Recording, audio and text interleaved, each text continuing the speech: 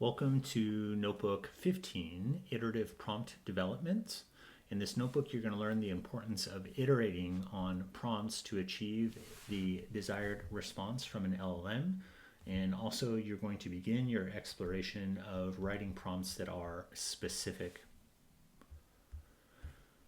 By the time you complete this notebook, you'll get comfortable with the process of iterative prompt development. You'll understand the importance of prompt specificity.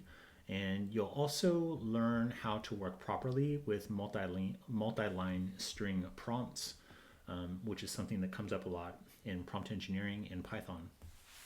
Per usual, we're going to import Chat NVIDIA. We're going to be streaming a lot of responses in this notebook. And if you remember from the previous notebook where we learned how to stream responses, we had to iterate over the generator and print out the chunks with an overwrite on the endline character. So we're just going to define this really simple helper function sprint or sprint, so we can use it throughout this notebook to do streaming print on our streamed model responses. Per usual, we're going to create an LLM instance using Chat NVIDIA at the same base URL with the same model and setting the temperature to 0. Okay, so let's talk about iterating on a prompt. Prompt iteration involves refining and modifying prompts to achieve more accurate and relevant responses from the language model. The goal is to make prompts that are as specific and clear as possible to guide the model towards the desired outcome. LLMs can be very sensitive to minor changes in their inputs, and for the most part are not able to intuit implicit intention in ways that we might be used to in our interactions with other people, which is to say other humans. Therefore, in practice, we tend to develop prompts in an iterative fashion, trying a prompt that makes sense to us initially, viewing the model response, and then iterating on the prompt, usually to be more specific, until we arrive at a prompt that yields the kind of response we were hoping for.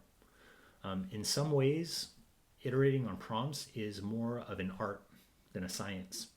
And for programmers especially, I mean, this really depends on you individually, but in general, it's a real departure from how we traditionally interacted with computer programs. Computer programs are all about we define the rules, or the rules have been defined, but we define the instructions, and everyone knows like a computer will do exactly what you tell it to do. Working with large language models are a little bit different. Sometimes you have to tell it exactly what to do, and then you really have to tell it exactly what to do. You'll see what I mean. But yeah, you'll see. Working to develop iterative specific prompts is just something that involves a lot of trial and error, is what I'll say. You may see people publishing guidelines on how to prompt models for a specific result online, right? You see all these like cheat sheets for prompting, or like this person or that person's like golden, always work for you prompt cheat sheet or something. And what I'll say is these are totally worth paying attention to. Don't get me wrong, some of them can be downright helpful. But given their sensitivity to minor changes in input, and especially on account of the fact that there are so many models available to use, each of these models is unique, and the ability to iteratively craft effective prompts for your very specific use case and the very model that you're using is an absolute must-have skill. It's an absolute must-have skill. Okay, so let's look at kind of a silly example, but one that's kind of going to drive some of the key points home. We're going to work on a prompt to learn how to bake a cake. All right, so, if I were talking to another human and I asked them like, hey, how do I bake a cake? It's a really simple statement, but there's a lot of information that already resides between me and my friend, because my friend knows who I am. My friend maybe knows, are we in a grocery store when I ask this question? Are we in my kitchen when I ask this question? Are we looking at cookbooks when we ask this question? Etc., right? Do they know things about what kinds of cakes I've liked in the past? Do they know if I'm going to a party later and cooking a cake for someone else? Do they know, are there dietary restrictions and I need to know about that? Etc., etc., etc., right? They might ask follow-up questions to clarify some of those things if the answers to those follow-up questions would determine how they would respond to me, right? But in the case of a large language model, we're going to send it a question or a prompt, and it's going to do its best to respond right away. So with that in mind, the idea of using an initial prompt and then discovering what the model does and doesn't understand about what we actually wanted will become more clear, and then we can iterate our prompt to be more specific. It's pretty straightforward. So let's imagine that we want to learn how to bake cakes. We've never done it before, and in fact, we don't even know where to start. We don't know what we need to get started. And furthermore, we're busy. We want to make sure we go about this. We want to try this new thing, but we want to make sure that as we're trying it, we're not stuck in the middle of baking our cake where we need to be doing something else. So we're going to try to get our large language model to help us.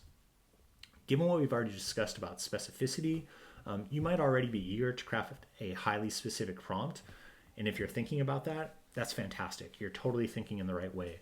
But just for the sake of exploring the iterative process, we're going to start with a very general prompt. Okay, so we'll start here. We're going to say, tell me about cakes. All right, now, given the whole spiel that I've already given you between like instructor and student, when I say, tell me about cakes, you know I'm already interested in how to bake cakes. But here it is. There's this really long response that gives me the history of cakes, the types of cakes, things about different kinds of decorations, different kinds of celebrations, some fun facts. Hey, this is all really, really fantastic information. But at the end of the day, even though I wasn't super explicit about this, I wanted to know how to bake a cake, and this didn't really help me about that very much. So, maybe, this is more of what I said here, but the case is, and the main takeaway here is, when prompting LLMs, we should always aim to be specific. And we have to be careful not to fall into the trap of thinking that a large language model can intuit or assume or figure out for itself the things that we're implying, right? That someone like a friend or another human might be able to do. We should pretty much always go out of our way to be very specific. So let's try to be more specific with a prompt and see what the model does. And again, we're kind of like just building up on this, but tell me about baking cakes, I say. All right, so we've got the basics, we've got the baking process, we've got types of cakes, tips and tricks. Again, this is an improvement to be sure, but we weren't specific enough with the model about what we wanted it to do to help us out. So let's try again. This time we're going to be even more specific. How do I bake a cake? All right, so it can be fun and easy. And now look, they're giving us ingredients for a kind of cake. We didn't tell it, but it's assuming what kind of cake we want. It told us what kind of equipment we needed. It gave us step-by-step instructions. Here's some tips and variations. Great. Here's how to frost or decorate it, and some common mistakes to avoid. This is a major improvement. This might even be sufficient, right? But given the details of what we really want, which we articulated above, we can be even more specific. So let's give this model a very specific prompt. I want to bake a cake, but I've never done it.